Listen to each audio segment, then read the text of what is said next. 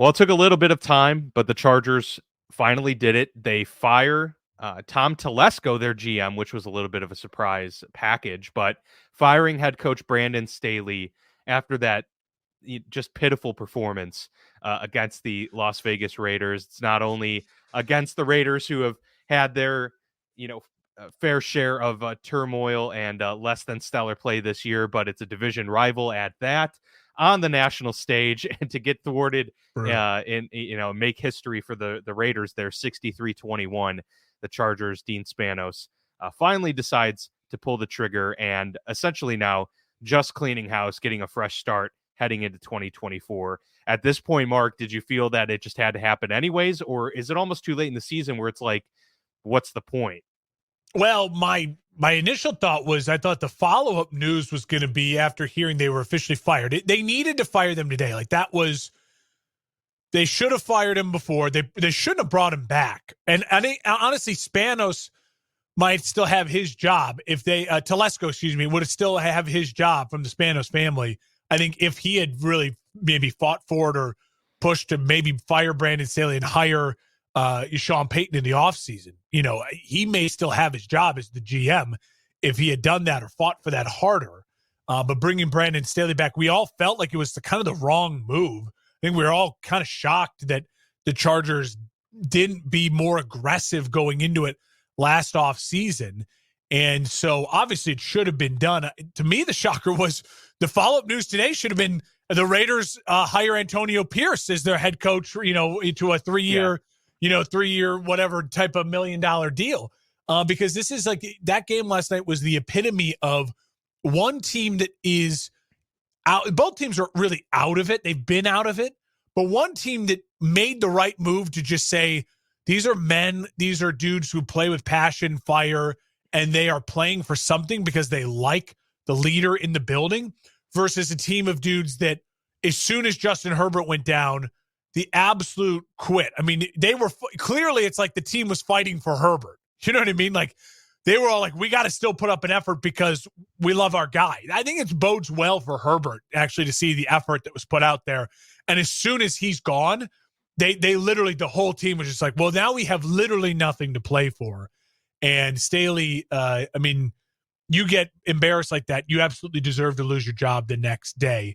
And I will say that the idea now that we have that opening, we have the Carolina opening. I'm going to say the Raiders opening is not a real opening. I think the Raiders would be so stupid to make the same mistake again at just 2 years after they made the same mistake, like hire Antonio Pierce. So right now we have two official openings in my view. It's a obviously much better job than the Panthers, but it comes with a lot of responsibility. It comes with a division that is really tough with Patrick Mahomes inside of it. And it comes with ownership that historically is kind of cheap, and in a culture with the Chargers. Yeah, they've been winning. They've had winning seasons and winning years, but overall it's a culture of just like disastrous collapses, losses, embarrassing playoff exits. The Chargers feel closer to the Bears and the Commanders, even though they've won a lot more games than the Bears and the Commanders over the last 20 years. You know what I mean? It's just one of those weird organizations that just has a crazy history of absolute monumental blunders. And so, yeah, it's a desired job because you have Justin Herbert locked up. You have Keenan Allen. You have a really solid offensive line. You have Bosa locked up. So you have pieces, but man, you share a stadium with the big brother in town. You have ownership you don't trust. It's just tough out there. I think that's the thing is, like, since moving from San Diego, they've, in many ways had to kind of rebuild their culture, rebuild their identity as a franchise, off the field, let alone on the field. And so they're still trying to kind of find themselves in a sea of LA fame and sports franchises. Obviously, it's a Laker town, probably always will be. Dodger town too. But you got the Dodgers. Lakers are huge, and you've got the Rams who have at least won a Super Bowl and had success in the time that they've been in LA. after moving as well. So yeah, if you're the Chargers, you're on the outside looking in to begin with. So in some ways, there's a little bit less pressure for a head coach to come in, but maybe it is a little bit harder to establish something when you can't rally around a fan base because it doesn't appear that a Chargers fan base really exists, right? Like it's hard to get guys riled up to go play in a stadium when they're not sure if that stadium is going to get filled out. But obviously, and it's not even their stadium. You know what I mean? You can at least have the pride in it. It's, right. And like, I mean, even even the because Clippers, the Jets and the Giants at least have history upon history upon history to build off of, right? And they have establishment. And hell, the Clippers are getting their own stadium. Steve Ballmer's like, I got to get out of Staples now, crypto or whatever the hell they call it now. But I mean, even they were like, we got to get out of the shadow of Big Brother. Like it is yes, it's a desired job, and it will probably still be, even if the Bears job comes open a lot, like it'll be the best job available. Because of Justin Herbert. It really is. But I mean, you've got to find a way to win in that division with Sean Payton, who's turning it around with Denver, with Andy Reid, the best coach of football, with the best quarterback in football. I mean, it's brutal, man. And my gut reaction is, throw the bag at Harbaugh because he'll come in and change the culture. But I really don't know if Harbaugh wants to leave. And I do think the firing of the GM, Telesco, is a sign that, hey, we are going to be in on Jim Harbaugh, because that's kind of the big thing, right? Harbaugh, he doesn't want to go back to the NFL if he doesn't have some more control over personnel. It seems as though Harbaugh will want to handpick his GM if he comes back. That'll be part of his demands. Seems like Bill Belichick wants to handpick his GM or be the GM wherever he goes if he leaves, if he moves on. So at least the Chargers, I think, did the right thing in that, of saying, listen, we want to be all in. It's kind of like the Cubs and the Ohtani deal. We're talking a lot of baseball here now, but like they were in on it. They said, we're doing whatever we have to do to be in on it. So at least the Chargers are going to sell on their fans, like, we're making the decisions now to be in on it, right? We're in on it. So whether that means they come up empty-handed or not, at least they're going to sell to their fans that we're going to be in on Bill Belichick. We're going to be in on Harbaugh, because we're also firing the GM, and the two biggest available coaches will want to either be their own GM or handpick their GM. Yeah, I think that's the right move. You kind of start from scratch and let a new regime in general come through. Just one thing on that Ohtani note before we go forward, Jeff Passan was on The Score recently, and he talked openly about the fact that Ohtani never even went to meet with the Cubs or anything. It seems like LA was always the spot, and it makes more and more sense as we go forward. But $700 million, I don't think the Cubs were going to get close to that. I heard 550 was in the ballpark for 12, so 10 for 700. Yeah, we're just going to go ahead and give that to the Dodgers. I will say really quickly, I mean, let's just play with the idea. We don't know what other jobs are really going to come open, right? Would you say the Chicago Bears with the number 1 overall pick, and maybe if they fire Eberflus, most likely then that other pick will be a top 5, top 6 pick. So like 2 in the top 6. And then you have Justin Fields as trade bait, or you keep him, whatever you want to do. Would that job be better than the Chargers job? Oh, that's interesting. I would say no, because it's hard to find a franchise quarterback, and you still don't have those questions answered with Justin Fields. Yeah, I know.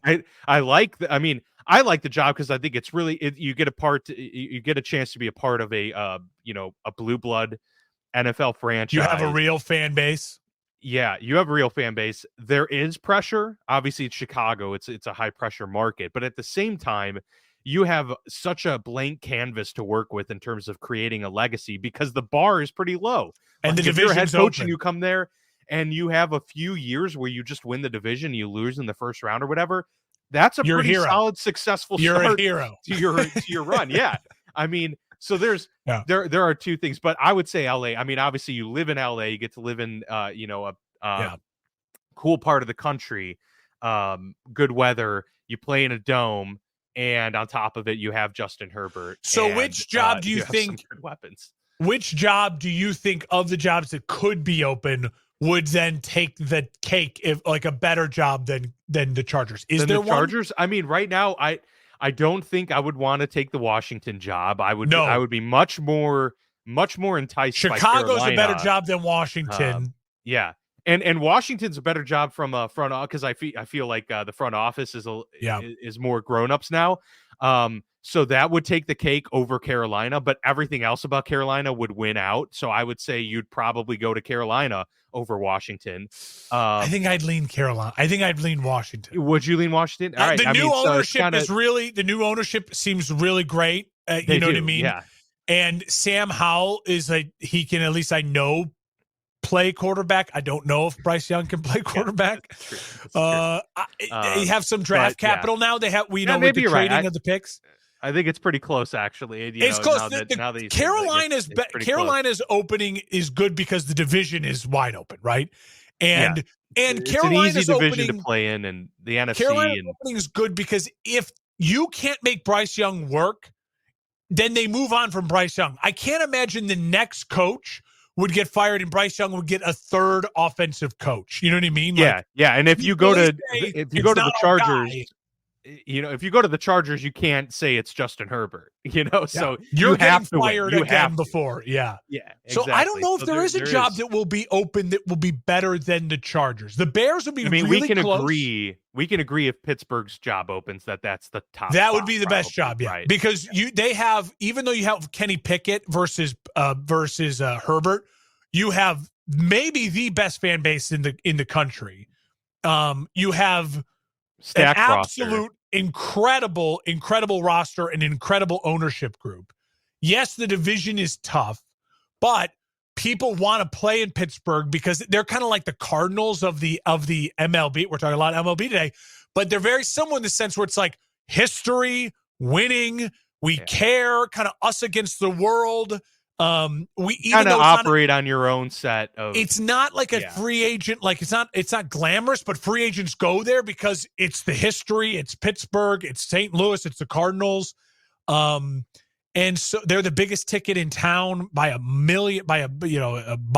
And so I would agree that would probably be people. Yeah, that would probably be. And you have draft capital. Like Pittsburgh could trade their next 3 first-round picks to go get a quarterback. And it wouldn't kill Pittsburgh because they have so much talent. They're not like Carolina where if you trade a bunch of picks, the cupboard's bare and you're SOL. Like Pittsburgh can afford to trade. Yeah, they can find gems in the 5th round, 4th round like they do all the time. You can pay some first-round picks. You have talent on that roster right now. Yeah, sure. So, the Chargers is a very we did it. A very good. We did it. We found the job. We found the one job. That probably is likely not going to become available. So the Chargers will be the hot. And, outside of Washington, which we do anticipate a coaching move made there, I'm not sure if we anticipate what other coaching the NFC South feels like whichever coach doesn't win will get fired. I feel like Dennis Allen, if the Saints don't make it, he's out. He's probably the one for sure. I feel like Arthur Smith could survive.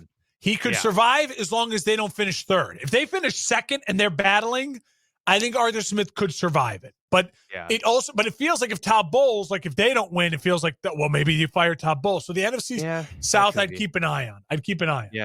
Yeah. So there might be up to maybe 3 more that we anticipate moving forward. So that'll be interesting to see what candidates come available. And that is why I will say, I agree with you. I think Antonio Pierce has, done enough. I know they did just get shut out last week. So it's like, oh, well, But what a bounce back. Talk about his team fighting for him. Yeah, his team's fighting for him. The players have already, made it known that they clearly really, really like him. And honestly, man, that's like half the battle when you get a coach. Like, you don't know when you hire a guy if the players are going to love him, right? I mean, you can hear from sources elsewhere and other teams say, oh, yeah, the players love him, but you never really know how your guys will react. You already have that answered in Vegas. Yeah.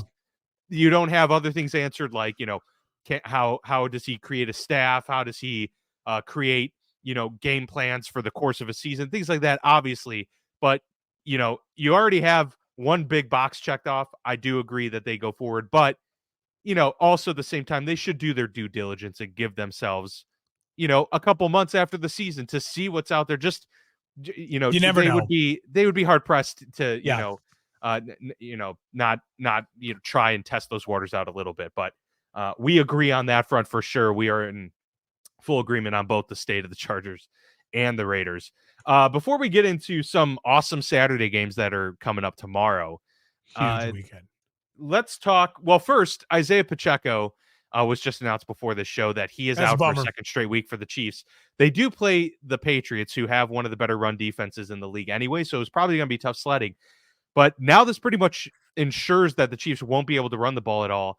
I'm not super convinced that this is like an easy win for the Chiefs at all. I mean, the Patriots stink. They're not good. The Chiefs have a very good defense too, so it's going to be, tough for Bailey Zappi. But look, if this becomes a thing with Pacheco where he's out for a couple weeks, I mean, this can kind of get out of hand for Kansas City, where they're talking about, starting to lose a grasp on the division, dare I say it. Honestly. I mean, Broncos are doing pretty well. You hate to say it's a must win, but it feels like it's a must win. I think the fact that the Pacheco's out signals to me that Kansas City feels confident that they are going to be able to move the ball against this Patriots team. I feel like if this was a playoff game, like Pacheco would probably play. But I also think Kansas City's smart enough to know the most valuable thing for them right now. You said it last week. I mean, Pacheco's been the D1 real main consistent on their offense. The smartest thing for them right now is to make sure he's healthy when they do make the playoffs. Yeah. And so I think if you give him an extra weeks of rest against a really great run defense in New England, that you say to yourself, all right, Pat, like, he's not coming into it this week. We know what we did last week with Clyde Edwards-Helaire. What can we, I don't want to overreact too much. If the Kansas City loses this game, then yeah, obviously we're going to really have to think about Kansas City as completely falling off the map. And that leads me to quickly say, one of the things like I love so much about this show and what we've decided to do is traditional power rankings. I hate, like, the idea of like having to like, okay, which team is better than which team week by week. We know that's just not how it works, right? Like yes, you can say to yourself, oh my God, that team beat that team. Well, then how can they beat ahead of them in the power rankings, whatever? The Super Bowl plane is causing some stirs on the social media, which I love, because people, they see it and they instantly react like, oh my God, how is Kansas City still in first class? And that was one of the big things, like our guy Tyler Dawson commenting a lot on it, and people, it's like, again, it's based on the fact of right now, not which team is better than which team. It's first class means they can actually make a Super Bowl. And if you can make a Super Bowl, you can win a Super Bowl. We know how those games go, right? If you can make it to Super Bowl, you can win a Super Bowl. And right now, when you look around the AFC, this morning on December 15th, how can you not still feel confident that Kansas City can make the Super Bowl? Like, I get it. They've hit a rough patch. Teams hit rough patches. If they lose this weekend, then Kansas City's not going to be in first class anymore. They're going to, I don't know who in the AFC, maybe then it's only going to be the Ravens. But as of right now, you can't sit there and say the panic button is so bad that you can't see Kansas City at all playing in an AFC championship game, even at Baltimore, and finding a way to win that game. If they lose in a bad fashion to a New England Patriots team on the road, well then we're gonna have to have some real discussions about Kansas City, and they might have to talk about making some changes in Kansas City. I'm not going there yet. I will be prepared to go there after a loss against the Patriots. Yeah, that would be 3 losses in a row. The good news for the Chiefs is they have the Raiders, the Bengals, the Chargers. Hey, we said the good news for the Steelers 2 weeks ago is they had the Cardinals, the Patriots. Yeah, well, the Chiefs are not the Steelers. I'm confident in that much. True. So they do have an relatively easy end to their schedule. So the Chiefs, if they do fall 3 in a row, have an opportunity to put together a 3-game win streak and could probably do that. Totally. Let's talk about Cam Newton making some comments that were stirring the pot a little bit. And I don't find it very controversial, but no. Apparently it has caused a lot of controversy with Cam Newton. I forget which podcast he said it on, but he was talking about Dak Prescott, Brock Purdy, that kind of grouping of quarterback play. And he was saying Dak Prescott is a game manager. And he basically just outlined it as that he's not a game changer, but a game manager. And I Yeah. thought that was we talked about this before the show, that, I personally hadn't heard that before. I think that's an interesting saying, where you delineate guys between being game managers and game changers. And obviously Newton considers himself in the game changer category, which I would think is accurate. But a lot of people are upset because they think that Dak Prescott being labeled a game manager is a diss and a disrespectful statement to the quarterback Yeah. for all of he's done. Did you read into it that way, or did you actually think it was, in some ways a badge of honor? I think he nailed it. And I really love the idea of separating guys between game changers and game managers.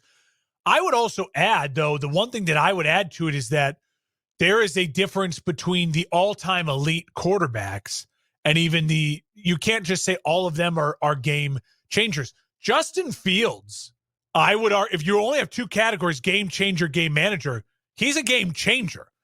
Yeah, but definitely. His record doesn't mean, you know what I mean? Like, he can't win games. So that's why I think it's probably a Venn diagram, and the goats are right in the middle. The goats, then that's exactly, I think that's really key. Like, that's a really, really key statement.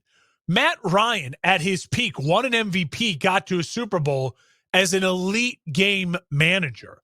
But Matt Ryan, overall, is he one of the all-time greats? Well, no, because he didn't have enough game changer in him. Cam Newton won an MVP, got his team to a Super Bowl as an elite game changer. But the reason why Cam Newton's not a Hall of Famer and he's not on the level of Brady, Manning, Breeze, Montana is because he didn't have enough consistent game manager in him. The Venn diagram, absolutely right. Kyler Murray's a game changer, but we have yet to see that Kyler Murray can be a consistent game manager. Where Dak Prescott lives is him and Cam Newton are on the opposite sides of the Venn diagram, where they're both really, really close to being in the middle. But the problem is Cam Newton didn't have enough game manager, and Dak Prescott doesn't have enough game changer. Both of them, though, because they're close enough to that sphere on those one-off seasons, which just feels like that for Dak, felt like that for Cam when they went 15-1 and made a Super Bowl, probably could win an MVP and could lead their team to a Super Bowl, but could they do it consistently enough to win at the highest level? Then you got the funny guys who are like an Eli Manning, who's like, well, she's more of a game manager, but realistically, he had 2 seasons where he was an all-time game changer in the biggest moments. And so, Andy was a really good fourth quarter quarterback. So I think you could consider that game changing. I do like the idea of like separating guys. Like when you look at Caleb Williams, you say to yourself, that dude's a game changer. That's a game changer. You look at a guy like Brock Purdy, the ultimate game manager. Brock Purdy could end up being a Hall of Fame quarterback because he is an elite game manager and he's surrounded by a great organization with a ton of talent. And if he wins a Super Bowl or 2 and plays for 10 years, that dude is not as talented as Cam Newton. Maybe not even as good of a football player as Cam Newton, but he'll be a Hall of Famer. Cam won't, because he will be like in that Dak Prescott, really, really close. Like the all-time great game changers, the ceiling is way higher than the game managers, but the floor is the bottom of the ocean. For all-time game managers like a Kirk Cousins, their floor is really high. They're really high. They're going to be productive, awesome players. So it's a great way to think about it. And so I love the discussion. I don't get mad at Cam at all for saying it. And I don't think there's anything wrong with saying that Dak Prescott is a game manager. I think that's what he is, but he's one of the best game managers we've ever seen. And he has a chance to, still put together a Hall of Fame resume. Dak has a chance to put together a Hall of Fame resume. It's still in front of him while still being a game manager. And even if Dak ends up in the Hall of Fame with a Super Bowl or 2, and he changes it around here at the end of his career, you could still argue that Cam Newton was the better football player. But Dak Prescott had the right mix of the right talent at the right time of his career, where he became, Brady became an elite game manager in the last 5-6 seasons of his career, and he won 3 Super Bowls during that time, where it's like, dude is just he knows the game so well. It's just an elite level when he wasn't a game-changing talent anymore. Tom Brady, 6'5", was drafted in the baseball. Like, he was a coming into the NFL, was a very big, strong, elite athlete. So what, he wasn't fast. Like, who cares? That's overrated. You don't have to be fast to be a game changer. Yeah, it's a fun discussion, and I like it a lot. Absolutely. We have 3 games coming up on Saturday. It's the first Saturday grouping. Great games. Every game this weekend matters. I think there's only one game you could argue. There's only one game you could argue like really kind of doesn't matter, and that's like Washington and the Rams, but it matters to the Rams. And then there's the Patriots and the Chiefs, and then the Niners and the Cardinals, where it's like it matters to only one team a lot. But every single game has playoff implications this weekend. It's crazy. Yeah. There's divisional matchups, but then there's also just these teams that have recently either taken huge dips in production or surged in the standings and have like put themselves right on the outside. So like the Bengals are part of that conversation. They are at home playing the Vikings. Steelers and Colts, that's a big matchup because huge. The Colts have the 7 seed right now. Steelers have the 6. And so there's playoff team battle. You know, what's going to happen there. I honestly, the loser of that game might be the odd man out in the playoffs in general. Like, might not be able to get back. It's going to kill them because of head-to-head records. This is divisional game 2, so it's like it's not like an NFC wildcard team. Colts isn't. You mean conference game? It's right? A conference game. Okay, sorry, yeah. So it's like those matter more too within the playoff standing. And then Lions Broncos in the evening in Detroit. Talk about a game that now really matters for both teams as well. Yeah, Detroit needs this win super bad. The Broncos do, because they can really start to put themselves. If the Broncos win, and I don't know what the tiebreaker situation is, but if the Broncos win, take care of business, they are probably in the playoffs as a 7 seed. They might jump themselves into the 7 seed. Especially, we'll see what happens with the Bengals Vikings, but the Vikings somehow beat the Bengals. That's one fewer team in the Broncos' way, and all of a sudden they're looking at 8 wins, and they just got to go 2-2 the rest of the way, and they're pretty much locked up a playoff spot. So it's crazy how fast things change. Anything in the Sunday grouping that catches your eye that you're looking? Well, again, huge. I mean, like Dolphins Jets. This is now like, if you look at it, if you're a Dolphins fan, like, oh my God. We embarrassed ourselves on national TV on Monday night. We somehow lost that game that should have been a gimme win. And now you're playing a divisional opponent and an opponent that somehow had a huge bounce back second half. It's playing with a lot of confidence. The defense is playing high. And now it looks at it like, holy crap, we need to win this game, or else we could be falling not only out of the division if Buffalo wins later in the evening, you're falling into the wild card spot. Like, and you're falling into that group of teams. So huge pressure there. Obviously, Bears, Browns. I'll say this. I'm not bought into the Bears being a playoff team, but if the Bears win this game and they beat the Browns in Cleveland, well, then all in. And if you're Cleveland, again, you have that coveted spot in the AFC wildcard spot right now. You're a game up on all these teams. You're an 8-win team as opposed to all those 7-win teams. You don't want to fall back into that slog with all of those 7-win teams. You know what I mean? And like, so big implications there.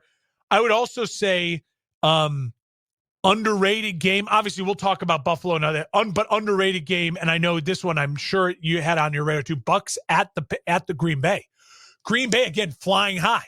This was supposed to be now they win out after beating the Chiefs, and they could threaten Detroit for the division. Green Bay has got to bounce back after that embarrassing loss in New York. They're at home, and now they're playing the team that was dead 3 weeks ago, but all of a sudden is playing really good football and is the lead of their division. And if you're Tampa, you're now playing for your division. So that 3 weeks ago was a dead game, and now it has a ton of meaning between 2, 6, and 7 teams. I'm telling you, this weekend might be the best weekend of football we've had all year.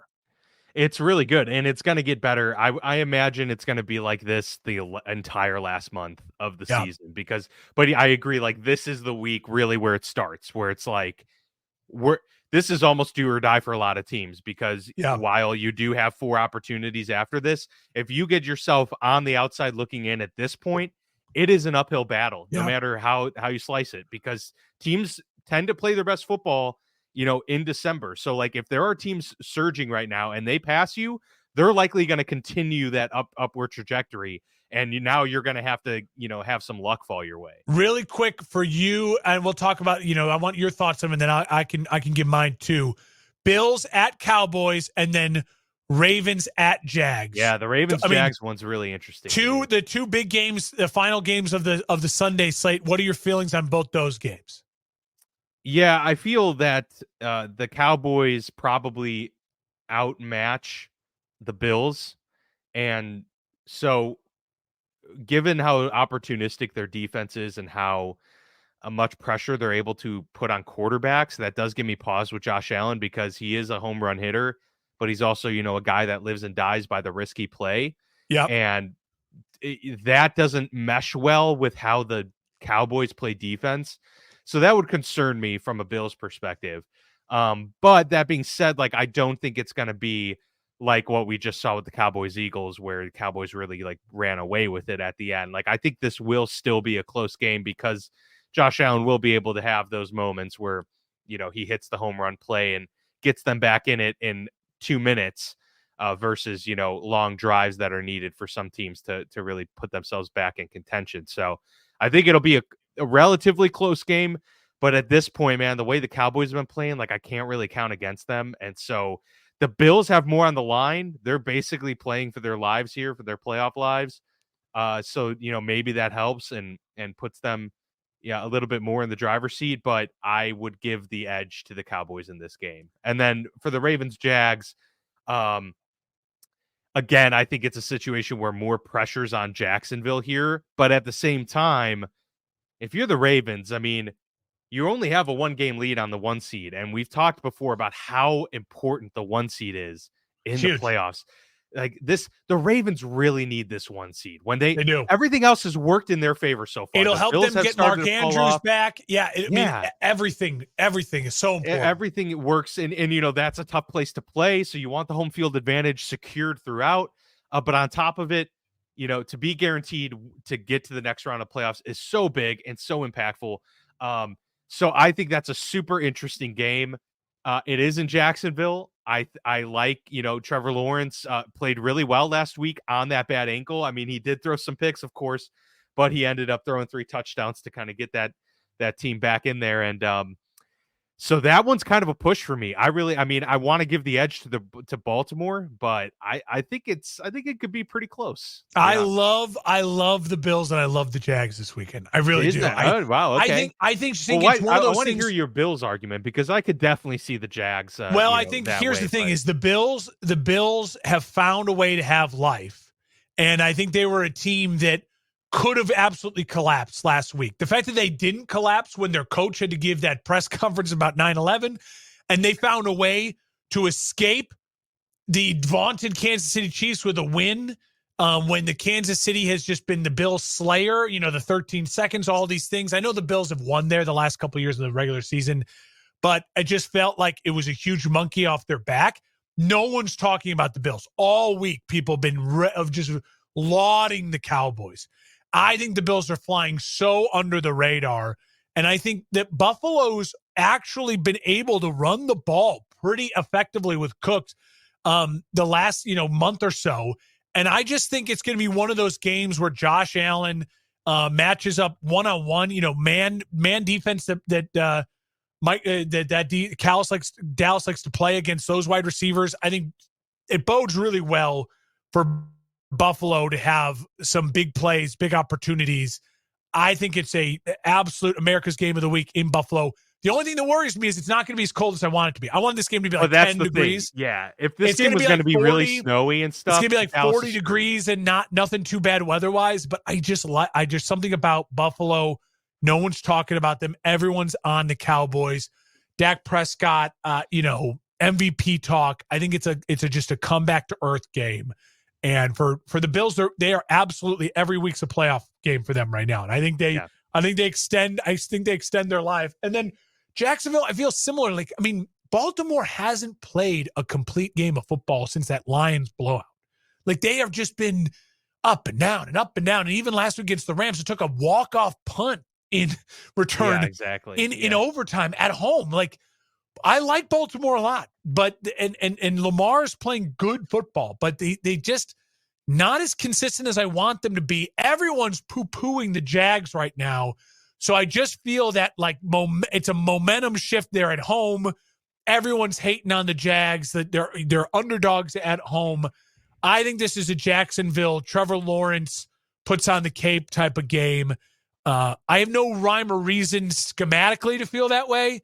It's just my gut. And so I'm going to trust it. Fair enough. Fair enough. They are home, and Trevor hopefully is. And on Monday is feeling nicely rested. If the Cowboys blow them out and the Ravens win in a landslide, we won't have a show. We'll just pretend I didn't. I'll have to take Pepto or something. My gut will have been wrong. Well, maybe you'll just have to eat. I will do a Buffalo shot. Wild Wings, Carolina. No. I'll just do a shot of Pepto Bismol on the show on Monday if both those teams lose.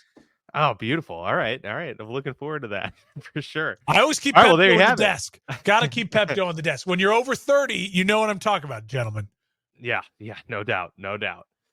So Chargers clean house. Raiders are looking good with their new head coach potentially in the waiting. And we've got a lot of exciting games coming up here this weekend, both Saturday and Sunday. We'll talk about it, as always, on Monday with our Week 15 recap. But that'll do it for us here on the Football Lounge. From Mark, I'm Dan. We'll see you soon.